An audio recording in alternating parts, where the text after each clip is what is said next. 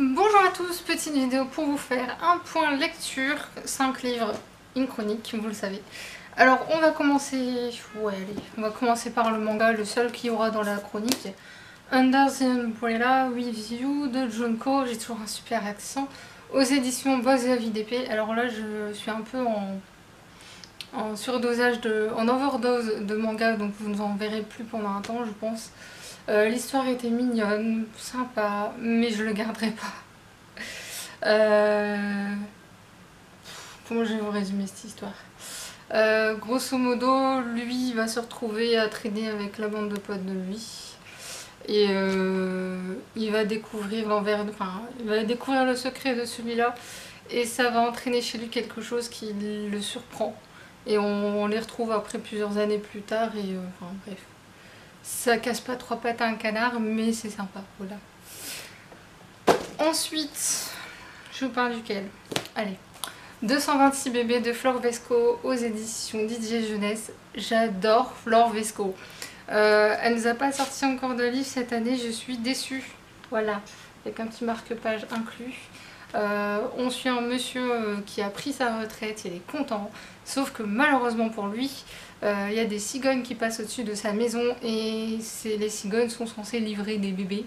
Et sauf qu'en prenant leur virage, elles lâchent les bébés dans la maison de ce monsieur. Donc il se retrouve avec 226 bébés. Ça me mourir de rire ce livre. J'adore Flore Vesco pour ça parce qu'elle a un style d'écriture que je ne verrai pas ailleurs.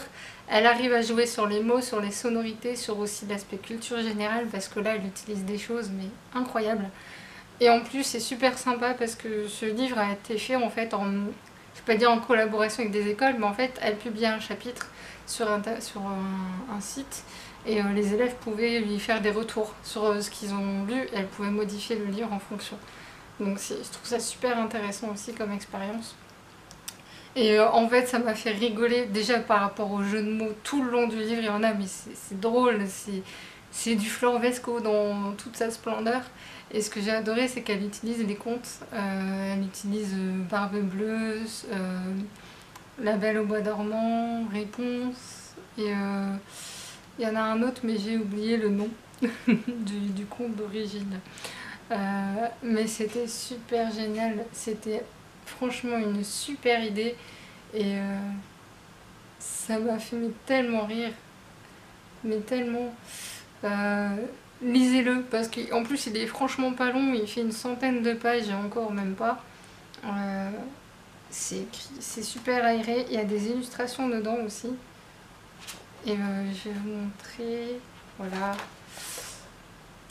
J'adore ça. J'adore aussi les passages, mais le saviez-vous, où elle apporte des... Elle montre l'absurdité aussi de l'humain quand ils font des petites guerres sur des trucs qui servent à rien. Du style, doit-on dire pain au chocolat ou chocolatine? C'est débile. C'est... Voilà. C'est Flore Vesco, voilà. J'attends son prochain roman. Comme pour d'autres auteurs, cette année, il n'y a pas eu de nouveaux romans pour certains auteurs où j'ai l'habitude d'en avoir un par an. Donc je suis un peu déçue. Du coup, j'ai peur que l'année prochaine, il y en ait beaucoup. D'un coup. Ça va être la folie. Bref, on va parler poésie avec Pour une poignée de ciel, poème au nom des femmes d'Ali aux éditions Bruno Doucet. Alors je l'ai lu parce qu'en fait on était en week-end à 500 pages, j'avais pas envie de lire de manga, il me restait pas beaucoup de pages et je me suis mis à lire ça et honnêtement je connais vaguement le principe des intouchables en Inde, je le connais vaguement mais je me suis jamais plus intéressée que ça à ça. Et maintenant que j'ai lu ça, j'ai envie d'en savoir plus, quand bien même je sais que c'est ignoble. Je veux dire, en France, on se plaint, mais quand on a lu ça, on se dit mais on n'est franchement pas à plaindre. Ici on parle des différentes castes, et surtout donc des femmes d'Ali, mais au sein même des intouchables, il y a des sous-castes. Et quand j'ai vu ça, j'ai halluciné. On apprend des tas de choses sur des choses qui sont passées là-bas qu'on n'est pas au courant, dont on ne parle pas en France, parce qu'on sait bien que l'Inde, ça n'intéresse personne. Et c'est juste incroyable. On sent dans les poèmes, dans ces poèmes-là, on sent la colère qui est là, on sent l'envie de se battre, l'envie de s'affirmer en tant que femme. Et aussi, en fait, c'est comme il y a un poème qui le dit très bien, qui dit que c'est double peine pour une femme. Déjà, être une femme en Inde, c'est une horreur, et en plus, être une femme d'Ali, oh, mon Dieu, c'est quand on sait qu'une femme d'Ali, si elle refuse les avances d'un homme, elle peut se faire brûler à l'acide. Voilà. Il y avait un poème qui m'avait plus marqué que d'autres, je ne saurais pas le retrouver là tout de suite. Mais il m'avait marqué parce que j'aimais bien la tonalité en fait du poème. Et tout le long, j'espérais ne pas avoir compris. Parce que... Ouais, c'est celui-là. Celui qui s'appelle T'as peur de Aravind Shesh. J'espère que ça se dit comme ça, je suis désolée pour les prononciations. Il est absolument incroyable.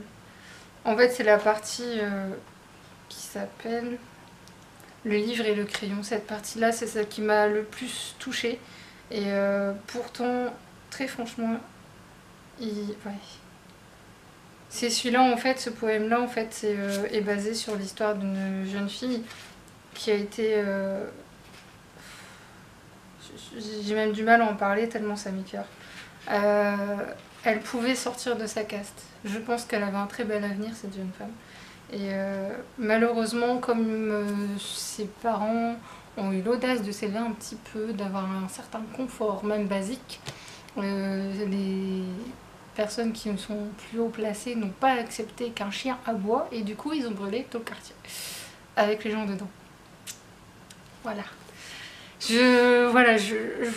Franchement, les éditions Bruno Doucet, c'est une belle manière de découvrir des cultures différentes, de découvrir de nouveaux combats, des combats existants mais dont on ne parle pas. La nuance. Ensuite, je vais vous parler de Sigurd de Federico Saggio, dont je vais essayer de faire la chronique écrite après. Donc, on suit l'histoire de Sigurd. Donc, c'est la mythologie nordique. Ce jeune homme, en fait, a grandi avec un nain.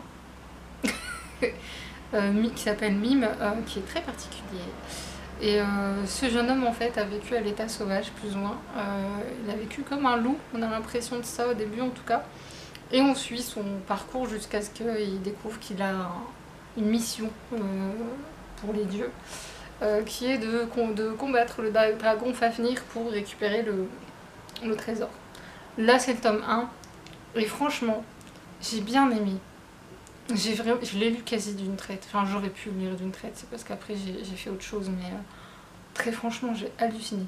Je suis épatée par ce livre, par la justesse de l'écriture par rapport au personnage, parce que quelquefois c'est un truc qui m'agace. Il y a des fois où l'écriture ne va pas avec le personnage que l'auteur choisit, et là en fait l'aspect sauvage de Sigurd, il ressort tellement dans l'écriture. Son côté arrogant, parce que c'est un anti-héros en fait, plus ou moins. On a l'impression de ça, et on voit son évolution tout au long du livre, et c'est pas négligeable. Je trouve que c'est très très intéressant de partir dans le sens inverse en fait, de ce qu'on voit habituellement des personnages comme... Enfin, je vais prendre le cas de Percy Jackson pour faire un parallèle en termes de littérature, de mythologie. Percy Jackson, c'est un personnage qui est sympa, tout de suite on l'aime bien, il est maladroit mais on l'aime bien. Que là, Sigurd, au début, on se dit, mais c'est un sauvage en fait. Ce mec, il est tellement sauvage, il connaît pas l'humain, il connaît pas tout ça, et il va se lancer avec une telle arrogance dans sa pseudo-quête là, en se pensant plus fort que tout. Et on se dit, mais il faudrait peut-être lui rabaisser un peu son caquet. Quand bien même, par moments, il tient des propos que j'ai trouvé absolument divin. La discussion qu'il a à un moment sur ce que c'est que la liberté avec une femme qui autant dire les choses, qui vend des esclaves. J'ai trouvé ça absolument génial, cette partie-là. Et j'ai eu envie de lire la suite tout de suite, mais j'ai dit non, il faut déjà que tu fasses la chronique du tome 1 et après tu feras le deuxième. Et j'ai vraiment beaucoup aimé. En plus, on croise d'autres personnages de la mythologie nordique. Il y a Loki qui apparaît un petit peu comme on l'imagine bien. Il y a Ognir. Il y en a un autre, un Skald. J'aime bien les Skalds. Oh, c'est tellement bien ces personnages-là. Et il y a des passages qui vous rappellent des pans de mythologie nordique dont on a déjà entendu parler mais qu'on oublie parce que c'est pas ce qui nous est enseigné vraiment à l'école, honnêtement. On nous parle beaucoup de la mythologie égyptienne ou grecque, mais la nordique, je m'en souviens pas, honnêtement. Donc je trouve ça super chouette et vraiment bien fait. Par contre, effectivement, je confirme, âme sensible, s'abstenir. Il est assez cru quand même dans les combats, etc. Et il y a une forme de folie aussi ambiante qui est là, qui est présente dans ce personnage-là, qui est absolument dingue. Je regrette pas du tout de l'avoir lu. Je sais pas encore comment je vais écrire ma chronique, c'est pour ça que je l'ai pas encore faite. Et enfin, le chroniqueur de la tour 1523-1526 que j'ai lu, j'ai mis un temps dingue, 2 mois je crois quasi que j'ai mis pour le lire. Parce que j'ai un vrai problème avec la partie espagnole. Avec la Nouvelle-Espagne, je crois que c'est... J'ai un vrai problème avec cette partie-là. Je vous jure que ça m'a agacée parce que dès que je lisais un passage qui se passe là-bas, j'avais besoin de revoir le nom des personnages, de voir qui était gentil, on va dire ça comme ça, parce qu'il y en a qui veulent aider les Aztèques, qui veulent pas les faire devenir des esclaves et tout ça. Et il y a d'autres qui trahissent les uns, puis enfin bref, j'étais totalement perdue là-dedans. Je me souvenais des événements, mais pas de qui et de quel côté. C'est ça le problème. À part Cortés, parce que Cortés, lui, on retient assez bien, mais les autres, non. Et franchement, mais ça reste une chouette lecture. Par contre, par rapport aux autres précédents, je trouve qu'il a changé son écriture. Je l'ai trouvé plus direct dans son écriture, avec cette volonté aussi d'aborder des thèmes de société qui sont d'actualité aussi. Comme une forme de prévention, comme pour nous rappeler à nos lecteurs que certes, ce roman se passe au XVIe siècle, mais d'une certaine manière c'est toujours d'actualité, sous une forme différente, mais c'est encore là, ce qui est pas faux d'ailleurs, très franchement c'est pas faux du tout. Et apparemment c'était bien le but de l'auteur parce que je l'ai mis dans ma chronique écrite et l'auteur était super content. Donc je pense que c'était vraiment son but. Il y a juste un truc où j'ai eu un peu de mal. L'idée est pas mauvaise. Mais la façon dont c'est amené, j'ai un doute. Il faut voir comment il va le traiter dans le prochain tome. Parce qu'en fait, il y a un elfe qui va se retrouver sur un nouveau territoire qui sera l'équivalent de New York en fait des États-Unis plus tard. Et il va se retrouver face à un autre elfe qui est blessé. Et sauf que dans cette histoire-là, les elfes ne peuvent pas s'auto-génèrent en fait. Et se soignent automatiquement. Enfin, vous voyez ce que je veux dire. Et là, il se dit c'est bizarre, il s'est pas soigné, il a une jambe en moins et tout ça. Et la façon dont il amène les choses, on comprend très bien où l'auteur nous emmène, dès le début. On a compris. Mais on se dit non, il n'a pas fait ça. C'est un sujet trop délicat, on ne peut pas aborder ce genre de thème de cette manière aussi détournée. Et en fait, je pense que son but, c'est justement de choquer pour faire réfléchir par rapport au reste. Parce que tout ce qui se passe là-dedans, au final, on se rend compte que c'est des guerres soit par pure arrogance, par pure colère, soit un coup de tête plus ou moins. Je prends le cas de François Ier où il va se retrouver dans une situation juste parce qu'il a cette arrogance d'être roi. C'est juste ça. Et de l'autre côté, vous avez des guerres qui se mettent en place juste parce qu'ils n'aiment pas... Là, on parle des Ottomans à un moment donné. La Hongrie se prépare à une guerre parce qu'ils ont peur de se faire envahir par les Ottomans, par la nouvelle religion qui arrive. Donc c'est la peur de l'étranger au final. Et je me suis dit, tiens, c'est vachement bien fait en fait. Mais c'est tellement dense, il y a tellement de personnages. Si en plus on n'a pas un bagage de base sur l'histoire, c'est très compliqué à suivre. Il faut se souvenir des tomes précédents. Donc je pense que la version intégrale qu'il a sortie, pour ceux que ça intéresse, c'est super intéressant l'intégrale parce que du coup vous allez pouvoir suivre toute l'histoire sans avoir un temps de pause énorme entre 2 tomes. Je le dis parce que l'auteur m'a déjà prévenu que le prochain tome sortirait peut-être pas l'année prochaine parce qu'il a besoin d'une pause. Ce qui est compréhensif parce que je n'ose même pas imaginer le travail de recherche qu'il doit faire pour que tout soit cohérent. En plus, il est revenu aux bases de la saga dans ce tome-là avec les... J'ai oublié. Avec les grands... J'ai oublié le nom. Avec les grands penseurs, en fait, il y a Erasme, il y avait Léonard de Vinci dans le tome 1, enfin... Voilà, c'est l'équivalent des 13 apôtres, à mon avis, avec Dieu ou Jésus. Enfin, Jésus. Désolée, moi, la religion, on n'est pas copains. Donc, avec Jésus, il y a 13 apôtres, dont un qui est méchant. Et là justement le but de la saga c'est de savoir qui est le méchant. Alors apparemment il serait dévoilé dedans. Reste à savoir si c'est bien lui. Et il y a aussi un autre point qui est remis en avant, c'est tout cet aspect justement religion.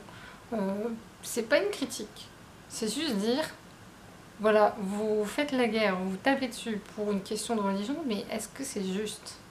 Ou est-ce que ça cache pas autre chose en fait? C'est ce que j'ai toujours pensé au final. Mais je trouve ça hyper intéressant, ça remet un peu en place les bases de la religion, de l'histoire, des choses qu'on oublie parce que j'ai dû voir ça en primaire à tout casser et que depuis j'ai dormi, que moi l'histoire me fascine mais je retiens pas grand chose. Je suis comme ça. C'est pas de la mauvaise volonté, c'est juste que mon cerveau fonctionne comme ça. Et voilà. Donc, ah oui, il y a cette histoire là aussi que j'avais oublié. Ça d'ailleurs, c'est pas que ça m'a déçu, mais sur le coup, j'étais un peu déçue. Après, en réfléchissant, je me dis non, mais c'est pas idiot.